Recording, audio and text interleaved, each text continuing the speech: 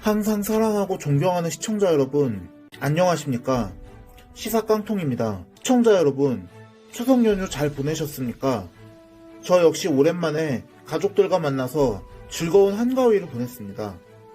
그리고 올 추석 최고 화제 인물은 누가 뭐래도 가왕 나훈아라 할 것입니다. 나훈아 씨는 KBS ETV를 통해서 지난 30일 본방송되고 3일에 재방송된 대한민국 어게인 나훈아 콘서트를 통해서 무려 15년 만에 방송 출연을 했습니다. 특히나 이 콘서트는 나훈아 씨 본인이 코로나19의 장기화로 인해 지친 국민들을 위로하고자 마련한 콘서트였던 터라 노 개런티로 출연했다는 사실이 매우 큰 화제가 되었습니다. 덕분에 이 콘서트는 올레 TV 점유율 기준으로 점유율이 무려 70%를 넘겼고 닐슨 코리아 기준으로 실시간 순간 시청률 41.44%를 기록한 등 말 그대로 폭발적인 반응을 얻었습니다. 더구나 이 공연은 다시보기 VOD 서비스조차 제공하지 않는 것으로 알려져 더 많은 시청자들이 본방사수를 했던 것으로 알려졌는데요.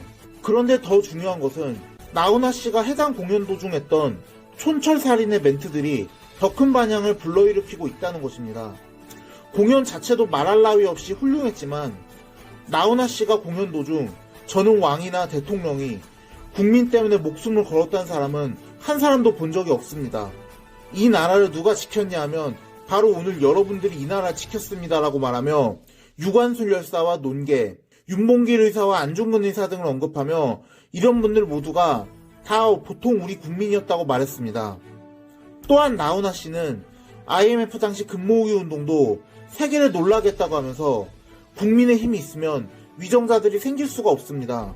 대한민국 국민 여러분, 세계에서 제일 1등 국민입니다. 라고 말하며 이 공연을 지켜보던 많은 분들을 감동시켰습니다. 또한 많은 비판을 받던 KBS를 향해서도 거듭날 것이라고 말하며 정권의 나팔수 역할을 한다는 빈축을 사던 KBS를 넌지시 비판하기도 했습니다. 물론 이런 말을 했다고 해서 나훈아 씨가 특정 정치 성향을 띠고 있다고 보시면 곤란합니다. 나훈아 씨는 과거 민주자유당의 국회의원 공천 제안도 마이클 잭슨이 나보다 더 울긴 왜 울어를 잘 부른다고 생각하십니까? 그렇다면 내가 국가를 위해서 정치를 해야겠습니까? 노래를 해야겠습니까? 라고 말하며 뿌리쳤고 국가에서 주는 훈장이나 정권 차원에서 추진한 북한 공연 등을 모두 거부하는 등 여야를 막론하고 정치와는 거리를 두고 오로지 음악만을 해온 분이라 이 발언은 현 여야를 막론하고 모든 정치인들을 겨냥한 말이라고 보는 것이 맞습니다. 하지만 현재 권력을 쥐고 있는 것이 누구인지를 생각하면 사실 이 말은 문재인 대통령과 현 정부 그리고 여당인 민주당이 더 귀담아 들여야 할 말이 아니겠습니까? 국민의힘 역시 그다지 할 말이 없는 것은 사실이긴 한데 적어도 현 정부와 민주당 그리고 문재인 대통령 측에서는 나훈아 씨의 저 발언에 대해서 할 말이 없어야 정상이 아닐까 하는데요. 어쨌든 이런 나훈아 씨의 발언에 대해서 추석 민심은 매우 뜨겁게 화답한 것만은 틀림없는 사실로 보입니다. 물론 앞서 언급했던 시청률로도 증명이 되긴 했지만 이번에 나훈아 씨가 발표한 신곡들인 명자나 테스형 등이 남녀노소를 가리지 않고 장안의 화제가 되었고 여야를 막론하고 앞다퉈서 정치인들조차 나훈아 씨의 발언에 대해서 스스로를 돌아보게 됐다는 멘트를 하는 등 그야말로 추석 민심 대통령은 문재인이 아니라 나훈아였단 말이 딱 맞을 지경입니다. 이 공연을 본 네티즌들은 수백 명의 정치인들보다 나훈아 한 사람이 더 낫단 반응을 보이고 있고 심지어는 나훈아를 대통령으로 모셔야 한다는 말까지 나오고 있습니다. 저 역시 나훈아 같은 정치인이 한 분만 있었으면 좋겠다는 생각이 진심으로 들었습니다. 그러나 이런 나훈아 씨의 충고에 대해서 청와대와 정부 여당은 진심으로 귀 기울여 들을 생각이 없는 것 같아 참 안타깝습니다. 바로 개천절인 3일에 보수 성향 단체 시위를 막기 위해 광화문 광장을 1만 명의 경찰 병력과 수백 대의 경찰 버스를 동원해 겹겹이 에워싸 막고 통제한 것이 그것인데요.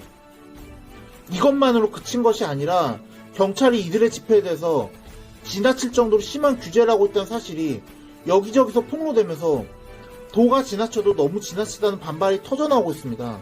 심지어 언론기사에 따르면 단순히 광화문에 있는 친구 집에 가는데 시청에서 서대문까지 우회하는 것도 모자라 지나가면서 신분증 검사만 5번을 실시한 데다 친구 집 주소까지 제출할 것을 요구한 사례까지 폭로되면서 해당 집회를 주도한 보수 성향 단체들은 물론 수많은 시민들의 비판과 반발을 사고 있습니다. 물론 명분은 코로나 방역이지만 이 상황까지 왔는데 과연 이걸 고지고대로 믿을 사람이 몇이나 되겠습니까? 아니, 다른 건 모르겠는데 방역이 과연 시위와 관련 없는 다른 M1 시민들의 이동권까지 제한할 수 있는 그런 사안이 됩니까? 특히나 차벽을 세워서 시민들의 통행을 전면으로 봉쇄하는 것은 이미 헌법재판소가 2011년에 위헌으로 결정한 사안입니다. 문재인 정부는 말 그대로 헌법 위에 있는 정부입니까? 이 정부 사람들에게 기본권의 제한이 가능하다고 한 헌법 제37조 제2항은 말 그대로 전가의 보도인 것 같습니다. 그런데 그 헌법 조항에서조차 기본권의 본질적인 부분은 침해할 수 없다고 명시하고 있는데 지금 평범한 시민들의 이동권까지 마구잡이로 제한한 것은 과연 헌법 제10조에서 규정한 행복 추구권을 침해한 것입니까? 아닙니까? 제가 아무리 봐도 현 정권의 행태는 결코 민주주의 정부라고 볼 수가 없습니다.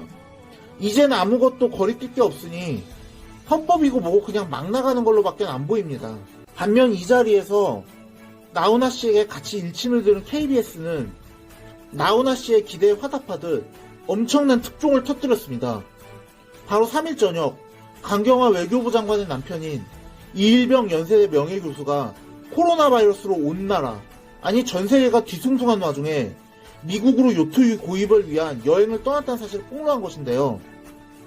다른 방송사도 아니고 정권의 죽으라는 오명을 뒤집었었던 KBS에서 이런 사실을 폭로했다는 것은 정말로 놀라운 일이 아닐 수가 없다는 반응이 지배적입니다. 강 장관은 해당 사실이 폭로된 다음 날인 4일 오후 외교부 실국장급 간부들과 회의 자리에서 국민들께서 해외여행 등 외부 활동을 자제하시는 가운데 이런 일이 있어 경위를 떠나 송구스럽게 생각한다고 하면서도 남편에게 귀국을 요청할 계획이냐는 질문에 워낙 오래 계획하고 미루다가 간 것이라서 귀국하라고 얘기하기도 어려운 상황이라고 말하면서 그딴 식으로 말할 거면 애초에 사과를 하시나 말하는 빈축이나 사는 실정입니다.